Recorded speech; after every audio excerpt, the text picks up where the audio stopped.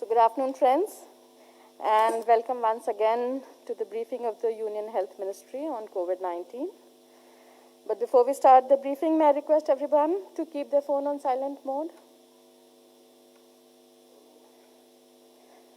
So today we have Joint Secretary Love Agarwal ji and Director of the AIIMS, Dr. Randeep Guleria ji, to brief us on the current situation of COVID-19. After the briefing, we'll take a few questions. And now, for giving an update on COVID-19, it is over to you, Love Agarwal ji. Good evening friends, हम आपको कोविड-19 की वर्तमान परिस्थिति के बारे में बताना चाहेंगे। अगर हम आज की परिस्थिति देखें तो पाते हैं कि पिछले 17 दिनों से देश में एक steady decline in daily new cases observe किया जा रहा है। जैसे कि आप देखेंगे तो पाएंगे कि एक स्थाई पर 7 मई को जब देश में एक दिन में अधिकतम 4,14,000 केसेस रिपोर्ट हुए थे, एक डिक्लाइनिंग ट्रेंड के तहत वह घटते घटते 12 मई को 3,48,000, फिर घटते हुए वह 17 मई के करीब में 2,81,000 और पिछले 24 घंटे में एज लो एज 2,22,000 केसेस देश में पिछले 24 घंटे में रिपोर्ट किए गए हैं। हम देखें तो पाते हैं कि यह दिल्ली केसेस पिछले 2 दिनों में 2.5 लाख से भी कम उस गति से नोट किए जा रहे हैं। यह लोएस्ट केसेस रिपोर्टेड हैं देश में ऑलमोस्ट 40 दिन के बाद। यह भी एक तथ्य हम आप लोगों के सामने लाना चाहेंगे। इसी तरीके से डेली केसेस को हम अगर देखें कि जिला वाइज अगर हम उसको एनालाइज करें तो हम देखते हैं कि जो जिला जो कि 100 से अधिक केसेस डेली बेसिस पर रिपोर्ट कर रहे थे उसमें नंबर कम होता दिख रहा है, जहां वह करीब 531 जिले 28 अप्रैल से 4 मई वाले हफ्ते में ऑब्जर्व किए गए, वह घटते घटते 431 जिले रह गए हैं। यानी कि हम केसेस में भी एक कमी जिला स्थाई पर भी नोट कर रहे हैं। इसी तरीके से देखें तो पाते हैं कि देश में कंसिस्टेंट पद्धति से रिकवरी रेट में भी वृद्धि नोट की जा रही है, जहां 3 मई के समय पर यह रिकवरी 81.7% थी, यह बढ़ते बढ़ते अब 88.7% हो गई है। और साथ ही रिकवरी रेट जो हमारे केसेस हैं वो एक्टिव केसेस से अगर हम कंपेयर करें तो पाते हैं कि पिछले 11 दिनों में यह कंटिन्यूअस बेसिस पर recovery is more than the cases which are getting reported. देश में 27 स्टेट्स ऐसी हैं जहां पर की recovery is more than the daily cases reported also. अगर हम इसी तरीके से देश में एक्टिव केसेस यानी कि वह केसेस जो या तो होम आइसोलेशन में है या हॉस्पिटल लेवल पर मॉनिटर किए जा रहे हैं, तो उसमें भी हम देखें तो पाते हैं कि पिछले 22 दिनों से continuous decrease in active cases देश में नोट किया जा रहा है, जहां 3 मई के समय पर देश में एक्टिव केसेस 17.13% थे, वह घटते घटते अब 10.17% रह गए हैं। हम आप लोगों की दृष्टि में लाना चाहेंगे जैसे कि 10 मई के समय पर देश में 37,45,000 के करीब एक्टिव केसेस थे, तो वह घटते घटते अगर हम देखें तो 16 मई के करीब 36 लाख के करीब केसेस, फिर घटते हुए 20 मई के करीब 31 लाख केसेस और अब कम होते होते 27.2 लाख केसेस एक्टिव केसेस की दृष्टि में देश में हैं। यानी कि पिछले 2 हफ्ते में करीब 10 लाख के करीब एक्टिव केसेस में कमी पाई गई है। इसी के साथ ही हमने इससे पहले भी आपको अवगत किया है, जैसे जैसे केसेस में वृद्धि नोट की जा रही थी, देश के स्थाई पर टेस्टिंग क्योंकि वह अर्ली आइडेंटिफिकेशन में सपोर्ट करती है, उसको भी उसी गति से बढ़ाया गया। जहां 9 से 15 फरवरी वाले सप्ताह में देश में औसतन 7 लाख के करीब टेस्ट एक दिन में किए गए। 16 से 22 मार्च को वह बढ़ते हुए 10 लाख से अधिक प्रतिरोज के हिसाब से किए गए। 13 से 19 अप्रैल वाले वीक में अगर हम देखें तो 15 लाख प्रतिरोज के हिसाब से वह टेस्ट बढ़ते गए। और अगर हम औसतन देखें तो पिछले हफ्ते 18.46 लाख देश में टेस्ट की गति में वृद्धि आई है औसतन। तो यानी कि अगर हम देखें तो पिछले 15 हफ्तों में करीब 2.6 टाइम्स देश में जो टेस्ट होते थे उनकी संख्या में बढ़ोतरी की गई है। इसी के साथ ही एक स्थाई पर जब देश में टेस्ट बढ़ते रहे, हमने टेस्ट को बढ़ाया। दूसरे स्थाई पर जो एक शुरू में एक नेगेटिव ट्रेंड था इन terms of increase in positivity, उसमें भी एक अच्छी न्यूज हम नोट करते हैं।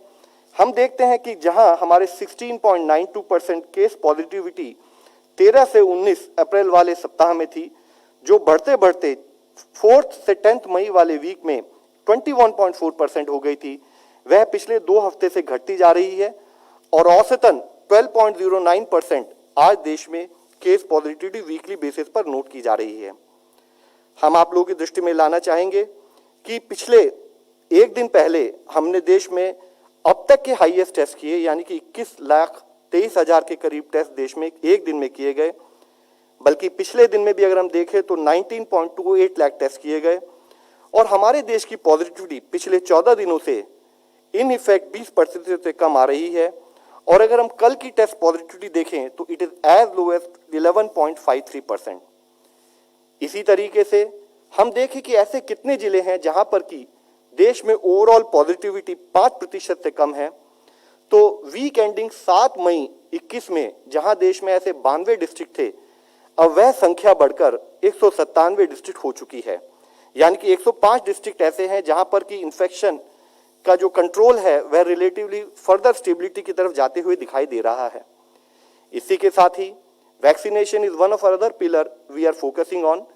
हम आप लोगों को बताना चाहेंगे कि एक स्थाई पर गवर्नमेंट की तरफ से फ्री वैक्सीनेशन, फ्री डोजेज जो स्टेट्स को प्रोवाइड की जा रही हैं, which is for primarily age groups as well as the health care workers and frontline worker, उसके तहत अब तक 14.56 crore doses free state government को देते हुए people above 45 years of age उनको कवर किया जा चुका है। हेल्थ केयर वर्कर्स को 1.65 करोड़ डोजेज दी जा चुकी हैं। फ्रंटलाइन वर्कर को इसी तरीके से 2.33 करोड़ डोजेज अब तक दी जा चुकी हैं। इसी के साथ ही state as well as corporate और प्राइवेट सेक्टर के लिए 18 से 44 एज ग्रुप जो ओपन किए गए हैं उसमें भी अब स्टेबिलिटी नोट की जा रही है और 1.06 करोड़ डोजेज उस एज ग्रुप को भी हम कवर कर चुके हैं।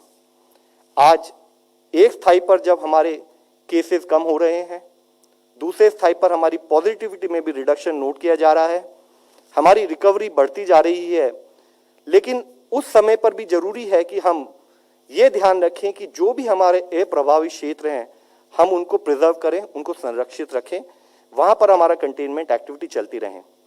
इसी तरीके से वह जिले या वह क्लस्टर्स जहां पर संक्रमण थोड़ा ज्यादा दिखाई देता है वहां पर हम नियंत्रण संबंधित कार्य करते रहें। माननीय प्रधानमंत्री जी ने काफी स्पेसिफिकली इसको हाईलाइट किया है कि जहां एक स्थाई पर वैक्सीनेशन का कार्य देश में किया जा रहा है, कोविड एप्रोप्रिएट बिहेवियर पर भी हमारी उसी मोमेंटम और उसी सुचारू रूप से आवश्यकता के अनुसार हम काम करते रहें। एक और विषय माननीय प्रधानमंत्री जी ने जो हाईलाइट किया था कि अब ग्रामीण प्रांतों में या सेमी अर्बन एरियाज में अगर केसेस पाए जा रहे हैं तो जैसे कि गवर्नमेंट ऑफ इंडिया ने स्टेट गवर्नमेंट को गाइड किया है, उनके साथ परस्पर उसको एक एक्शन प्लान के थ्रू काम कर रही हैं, जरूरी है कि rural areas, peri urban areas और ट्राइबल एरियाज में भी जहां पर कोई भी अगर बीमार होता है वहीं पर हम उसकी उपचार की सुविधा प्राप्त उसको उपलब्ध करा सकें, उसके तहत भी उतना ही कार्य करना हमारे आगे वाले मार्गदर्शक सिद्धांत में आता है। धन्यवाद। डॉक्टर गुलेरिया। थैंक यू, नमस्कार। मैं 3-4 चीज़ों के बारे में बात करना चाहूँगा। सबसे पहले तो फंगल इन्फेक्शन के बारे में कुछ हद तक ये धारणा है कि कई टर्म्स यूज़ किए जाते हैं, black fungus, yellow fungus, white fungus. ये समझना ज़रूरी है कि कई टर्म्स जो हैं वो मिसलीडिंग है और जिससे कन्फ्यूजन ज़्यादा हो जाता है। फंगल इन्फेक्शन अगर हम देखें तो इवन जो हम ब्लैक फंगस की बात करते हैं, म्यूकरमाइकोसिस की, एक्चुअली वो ब्लैक फंगस एक अलग फैमिली है।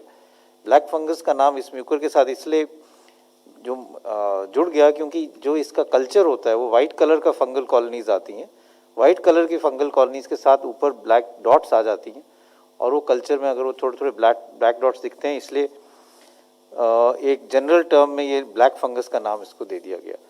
लेकिन अगर हम फंगल इन्फेक्शंस की बात करें तो इन जनरल जो हम फंगल इन्फेक्शंस देखते हैं वो या तो म्यूकरमाइकोसिस होते हैं, जो हम आजकल कह सकते हैं बहुत ज़्यादा देखा जा रहा है, और फंगल इन्फेक्शन है जैसे कैंडिडा है, एक और fungus infection aspergillosis, Cryptococcus, histoplasma, और एक और होता है कॉक्सिडोमाइकोसिस। इस टाइप के फंगल इन्फेक्शंस हैं। जिन लोगों की इम्यूनिटी कम होती है उनमें जो हम ज़्यादातर देखते हैं वो म्यूकरमाइकोसिस है, कैंडिडा है या एस्परजिलस इन्फेक्शन है। म्यूकर का आपको पता ही है कि ये एक फंगस है जो अब ज़्यादा देखा जा रहा है, स्पेशली कोविड के साथ अगर स्टीरॉयड्स और डायबिटीज़ जुड़ा जाए। और ये जो फंगल इन्फेक्शन है ये मेनली जो है साइनसेस में, जिसको हम राइनो ऑर्बिटल म्यूकरमाइकोसिस कहते हैं, राइनो ऑर्बिटल सेरेब्रल म्यूकरमाइकोसिस, जो साइनसेस में, नाक में, साइनसेस में, ऑर्बिट जो आंख के अराउंड बोन है उसमें और ब्रेन के अंदर जा सकता है। ओकेजनली ये लंग्स में पाया जाता है, जिसको हम पल्मोनरी म्यूकरमाइकोसिस कहते हैं, और कभी कभी ये आंतनी में भी देखा जाता है, गैस्ट्रोइंटेस्टाइनल ट्रैक्ट में भी देखा जाता है। एक और फंगल इन्फेक्शन जिसको हम कैंडिडा कहते हैं, वो भी जिन लोगों की इम्यूनिटी कम होती है, लॉन्ग टर्म इम्यूनोसप्रेसेंट्स पे होते हैं, उनमें देखा जाता है। ये यूजुअली अगर मुंह में हो तो ओरोफेरेंजियल कैंडिडाइसिस, मतलब ओरल कैविटी और जो खाने की नाली है उसमें हो सकता है, जिसमें वाइट पैचेस आ जाते हैं और टंग एकदम वाइट हो सकती है। और ये और जगह भी ये फंगल इन्फेक्शन जो अपॉर्चुनिस्टिक है वो हो सकता है, जैसे प्राइवेट पार्ट्स पे भी ये फंगल इन्फेक्शन हो सकता है। ये ब्लड में भी फैल सकता है, जिसको हम कैंडिडीमिया कहते हैं, और कैंडिडा इन्फेक्शन अगर ब्लड में फैल जाए तो वो थोड़ा सीरियस हो सकता है। तीसरा जो फंगल इन्फेक्शन देखा जाता है जो इस टाइम में इतना कॉमन नहीं है, वो है एस्परजिलस, जो भी एक फंगस है। ज़्यादातर वो फेफड़े में असर करता है और कई लोगों में वो एलर्जिक रिएक्शन भी कर सकता है, जिसको हम एलर्जिक ब्रोंकोपल्मोनरी एस्परजिलोसिस कहते हैं। पर कई दफ़ा वो इन्वेजन कर सकता है, जिससे वो फेफड़े में कैविटी बना देता है और काफ़ी हद तक फेफड़े में नुकसान कर सकता है। अभी तक अगर हम बात करें तो ज़्यादातर जो कोविड में देखा जा रहा है वो म्यूकरमाइकोसिस के केसेस देखे जा रहे हैं।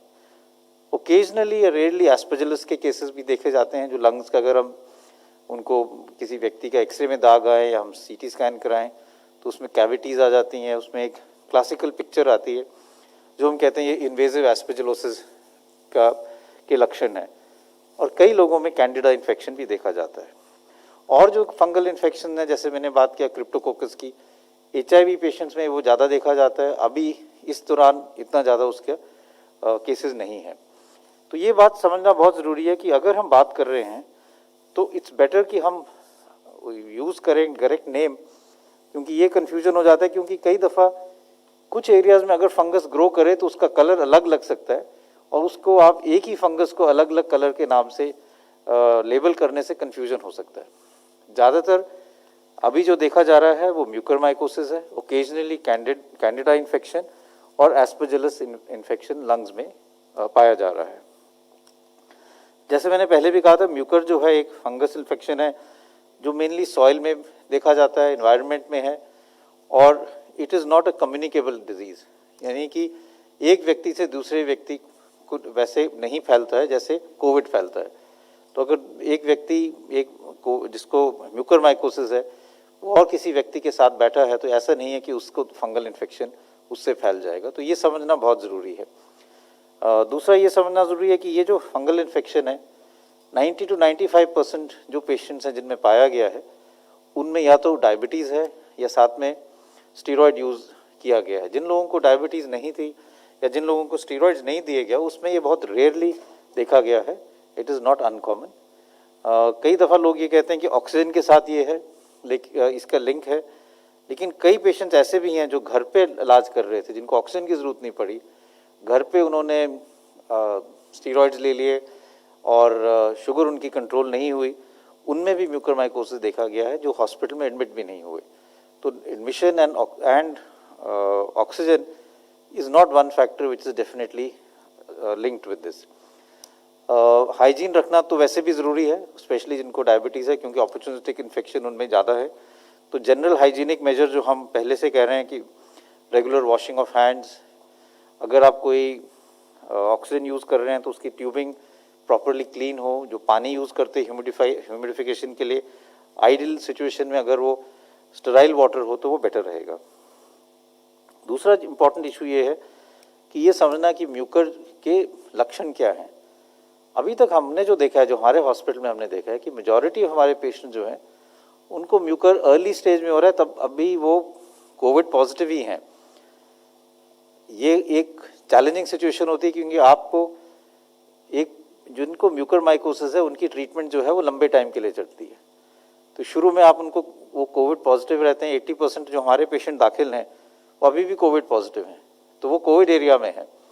लेकिन जैसे उनकी ट्रीटमेंट चल रही है, कई दफ़ा सर्जरी भी करनी पड़ती है, डिब्राइडमेंट, फिर वो कोविड नेगेटिव हो जाते हैं, फिर उनको कोविड पॉजिटिव एरिया से फिर नेगेटिव एरिया में शिफ्ट करना पड़ता है। तो हॉस्पिटल्स के लिए चैलेंजिंग ये है to have 2 mucor wards, 1 for positive patients and 1 for negative patients, क्योंकि उनकी ट्रीटमेंट जो है वो तो कई हफ्ते चलती है, जो एंटी फंगल ट्रीटमेंट है, और सर्जरी भी जो है उसकी टाइमिंग जो है वो ज़रूरी है, क्योंकि ये भी सही है कि कोविड अगर आप पॉजिटिव हो और बहुत एग्रेसिव सर्जरी करो तो उससे मोर्टेलिटी ज़्यादा हो सकती है, क्योंकि अगर फेफड़े में कमज़ोरी है, ऑक्सीजन की रिक्वायरमेंट है और आप ऑक्सीजन पे हो और उसके ऊपर आपके नेज़ल पैसेजेस या सांस के ऊपर वाले एरिया में सर्जरी की जाए तो it can have worse outcome. तो इसलिए ये भी समझना ज़रूरी है।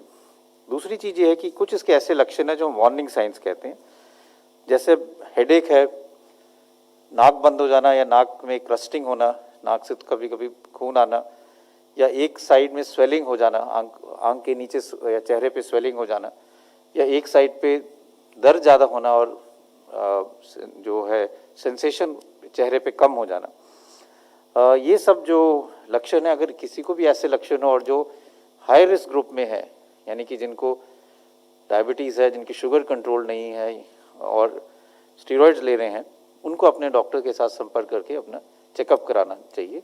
सिंपल टेस्ट है, नाक का एग्जामिनेशन, नेज़ल एंडोस्कोपी भी कर सकते हैं, जिससे आप नाक के अंदर देख सकते हैं और वहाँ से स्वैब और बायोप्सी भी ले सकते हैं, जिससे डायग्नोसिस भी हो सकता है और जल्दी ट्रीटमेंट शुरू करने से इसका आउटकम भी बेटर रहता है। तो ये बहुत ज़रूरी है कि हम समझें कि fungal infections by name better रहेगा रादर देन बाय कलर, क्योंकि उससे थोड़ा कन्फ्यूजन रहता है।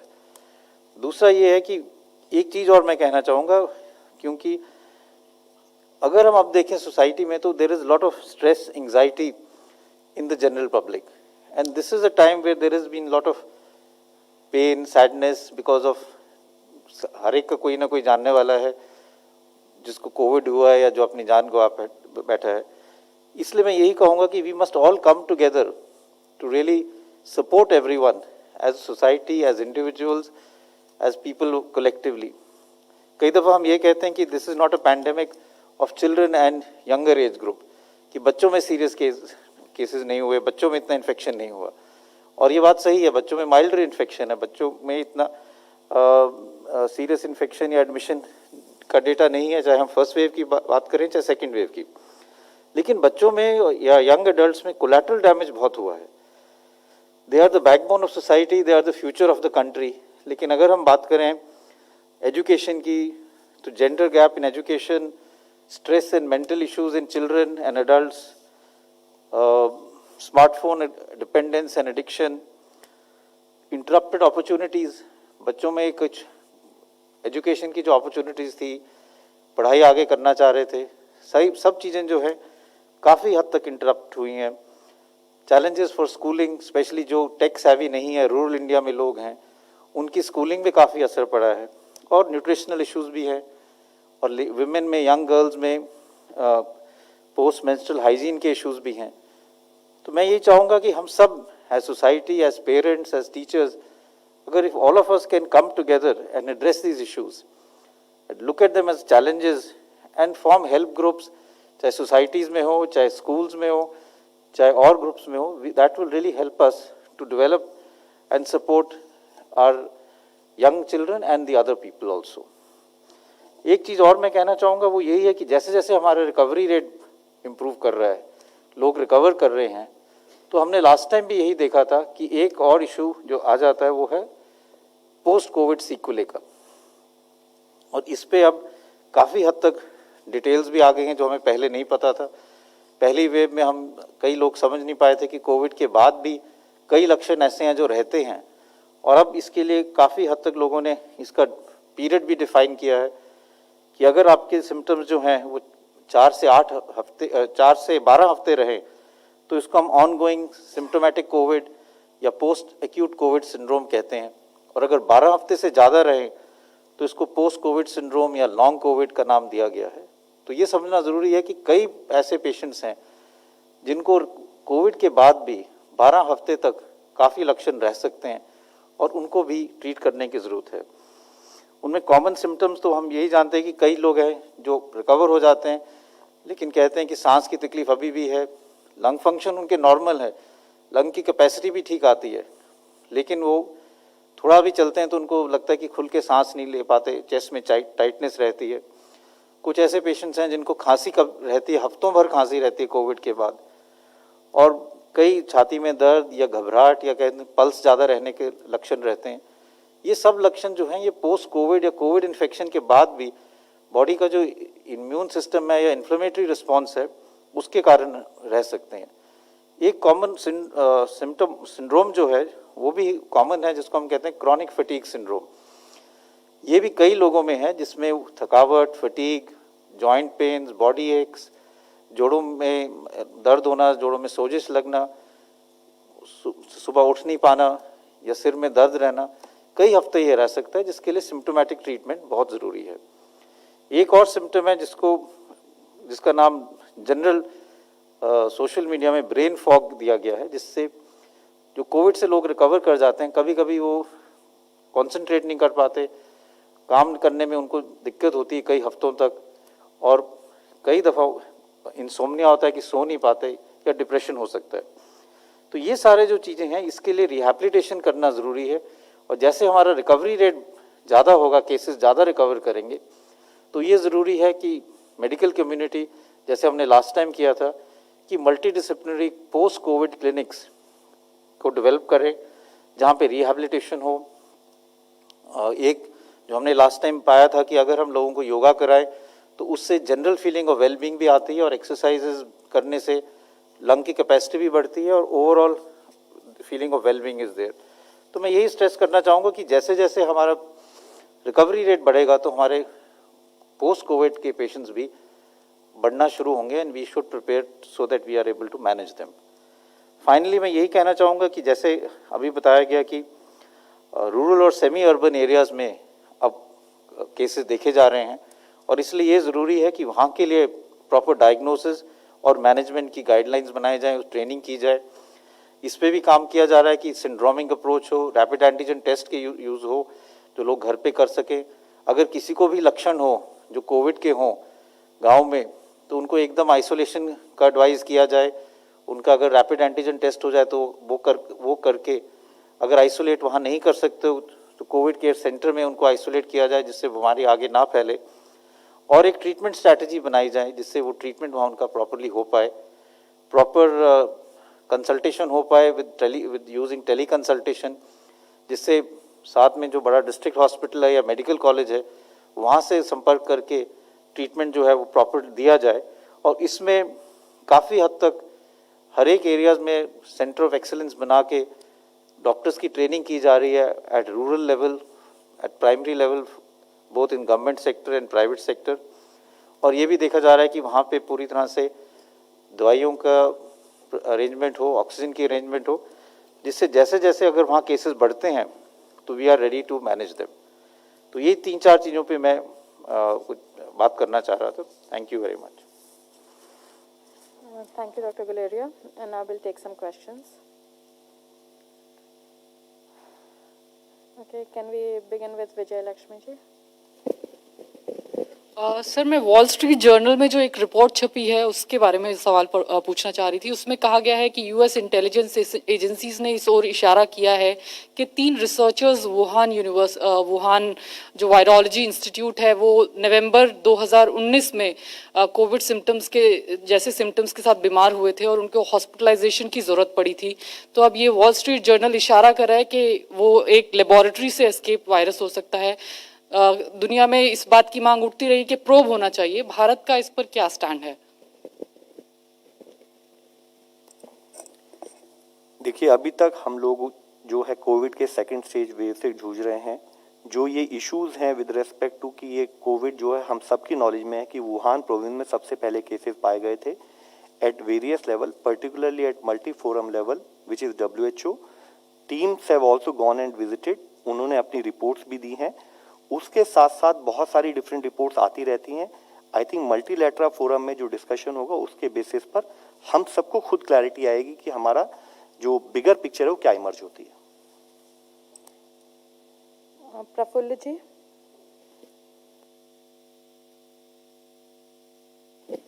सर, हर बार आप ये आंकड़े बताते हैं, सारी चीजें अच्छी हो रही है बताते हैं, लेकिन कभी ये नहीं बताया कि कितने बच्चे इन्फेक्ट हुए हैं फर्स्ट वेव और सेकंड वेव में, और कितने बच्चों की मौत हुई है, क्योंकि बार बार माइल्ड होता कहा जाता है, आंकड़े नहीं बताए गए आज तक।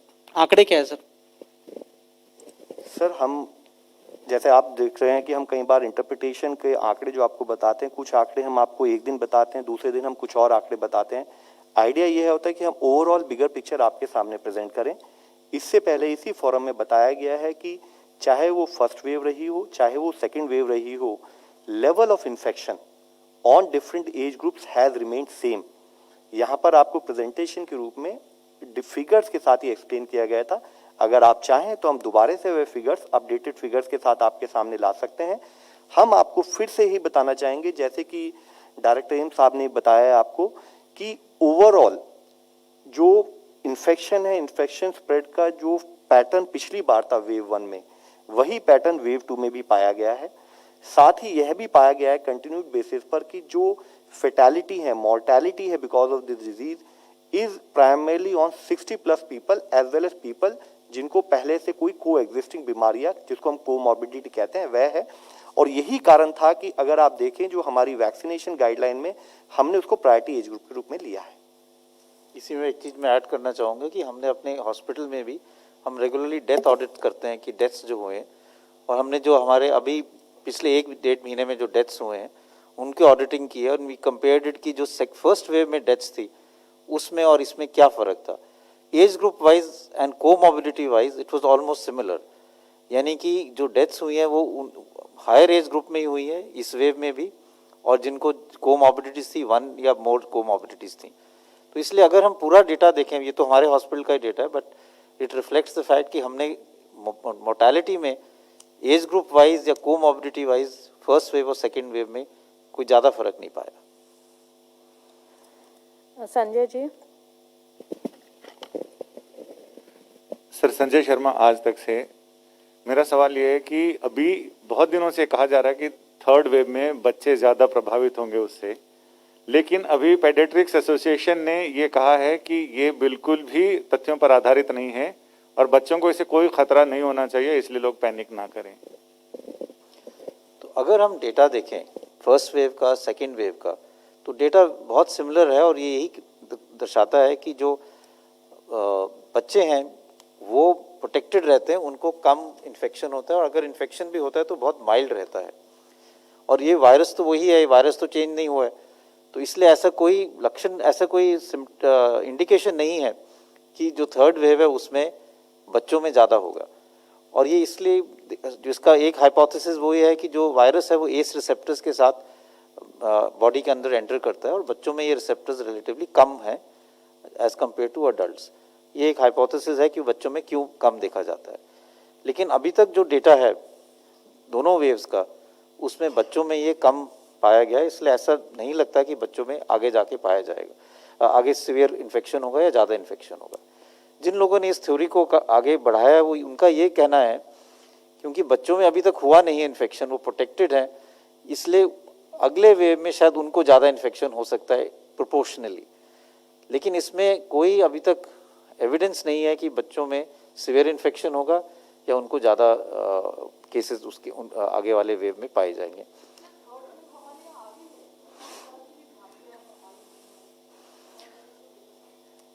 मेरा तो ये मानना है कि हमें ये कहना चाहिए कि हमें we should work for the fact that there should be no other wave, चाहे थर्ड वेव हो चाहे फोर्थ वेव हो, और जो हमने पिछले 2 वेव से सीखा है उसी को हम आगे लेके अगर जाएंगे तो हम और किसी वेव को आने नहीं देंगे, अगर आएंगे तो उसको हम ज़्यादा बड़ा नहीं होने देंगे।